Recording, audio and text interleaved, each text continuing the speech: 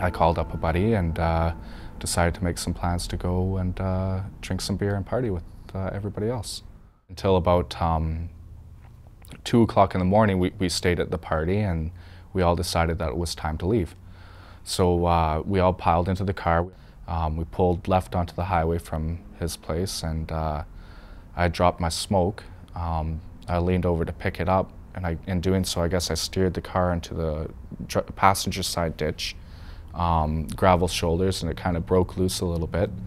And then I tried to correct it back onto the highway, and it ended up shooting across the highway into the opposite ditch, the driver's side ditch. We bounced around and finally came to rest against a really big boulder. I managed to get out, crawl out through the driver's side window, and I located Kenny in the back of the seat of the car where he was sitting originally. He was moaning and in significant pain.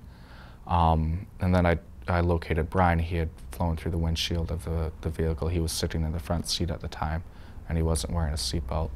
And he had flown through the windshield, and that's where I found him.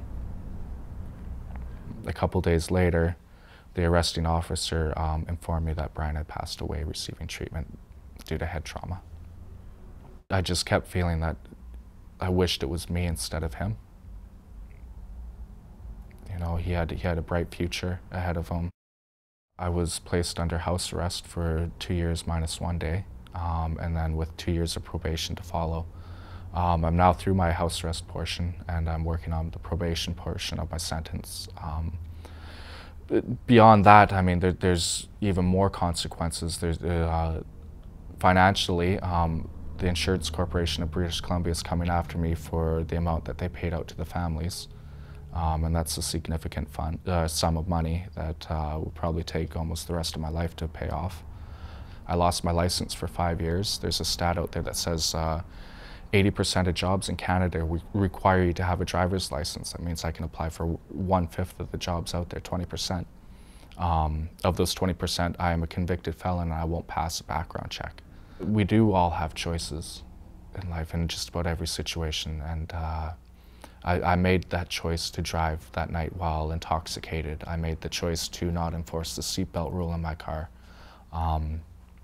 Brian and Kenny also made choices to get into a vehicle with a drunk driver that night.